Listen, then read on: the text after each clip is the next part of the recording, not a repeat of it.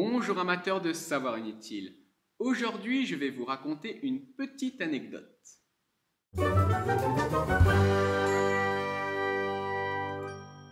Ce format de vidéo très court va me permettre de vous raconter une histoire autour d'un scientifique et aujourd'hui, on va parler de Godfrey Hardy. Godfrey Hardy était un mathématicien anglais ayant vécu entre le 19e et le 20e siècle. Professeur de Cambridge, il était connu pour son talent de calcul mental et son esprit hors du commun. Aucune énigme, aucun problème ne lui résistait bien longtemps. Un jour, l'un de ses collègues eut connaissance d'une énigme qu'il jugea à la hauteur de celui-ci. Imaginons deux trains séparés l'un de l'autre de 100 km. Ils partent en même temps et roulent tous deux l'un vers l'autre à une vitesse de 50 km/h. Sur l'un des trains, une mouche qui s'envole exactement au moment du départ en direction de l'autre train. Elle vole à une vitesse de 120 km/h. Ça, c'est de la mouche. C'est pour illustrer. Quand la mouche arrive à l'autre train, elle fait instantanément demi-tour et repart dans l'autre direction. Elle s'arrête quand les deux trains se rencontrent. En mettant de côté la catastrophe ferroviaire, la question posée est, en calculant tous les allers-retours de la mouche, quelle distance en tout a-t-elle parcouru? La légende raconte qu'avant de poser ce problème à Hardy, son collègue professeur l'a d'abord testé sur ses étudiants et tous ont eu le même raisonnement. On cherche à calculer la somme de distances de plus en plus courte. Comme on connaît toutes les informations qu'il nous faut, distance, vitesse, on peut avec beaucoup de calculs trouver une formule qui à tout nombre n associe la distance parcourue au nème trajet. On cherche alors à calculer la somme infinie. Pour ça, on fait encore plus de calculs et on croise très fort les doigts pour pas faire d'erreur de signe ou autre grain de sable dans l'engrenage qui met tout par terre. Sur tous les étudiants, seulement une partie a réussi à trouver la formule qui à tout nombre n associe la distance parcourue par la mouche au nème trajet.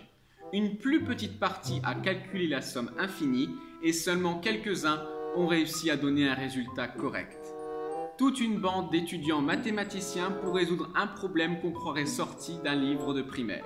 Car oui, il y a une autre façon de trouver la solution qui, vous en conviendrez, est bien plus simple. Si les deux trains sont séparés d'une distance de 100 km, ils devront donc chacun parcourir 50 km pour se rencontrer à une vitesse de 50 km/h. Ils se rencontreront donc au bout d'une heure. La mouche volera donc pendant une période de 1 heure à une vitesse de 120 km/h. Elle parcourra donc 120 km. Ben oui. L'énoncé du problème posé à Hardy change beaucoup en fonction des versions.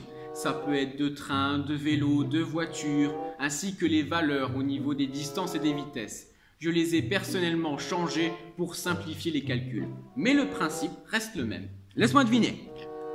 Le professeur va poser le problème à Hardy et il va lui donner la réponse en lui expliquant cette méthode. Pas exactement. Le professeur avait trouvé de lui-même cette façon de résoudre le problème et s'amusait de voir ses étudiants se débattre en choisissant le chemin le plus compliqué. Mais quand il a posé le problème à Hardy, celui-ci réfléchit pendant une dizaine de secondes pour au final donner la bonne réponse. Impressionné mais pas surpris, il lui dit « Ah, vous aussi vous avez trouvé l'astuce !» Mes étudiants, eux, ont calculé une somme infinie. Ce à quoi il répondit « Ben oui, c'est ce que j'ai fait. » Qu'est-ce qui de cette histoire fait vraiment partie de la vérité? C'est difficile à dire, mais une chose est sûre, quel coup de génie! Cet épisode est maintenant terminé, j'espère qu'il vous a plu. Si c'est le cas, n'hésitez pas à le partager et à le commenter. Comme vous avez pu le voir, c'est un format très court. Cela me permet de le tourner et de le monter rapidement pour vous proposer plus régulièrement du contenu. En attendant, je vous dis à bientôt pour un prochain épisode de Briller en société. À plus!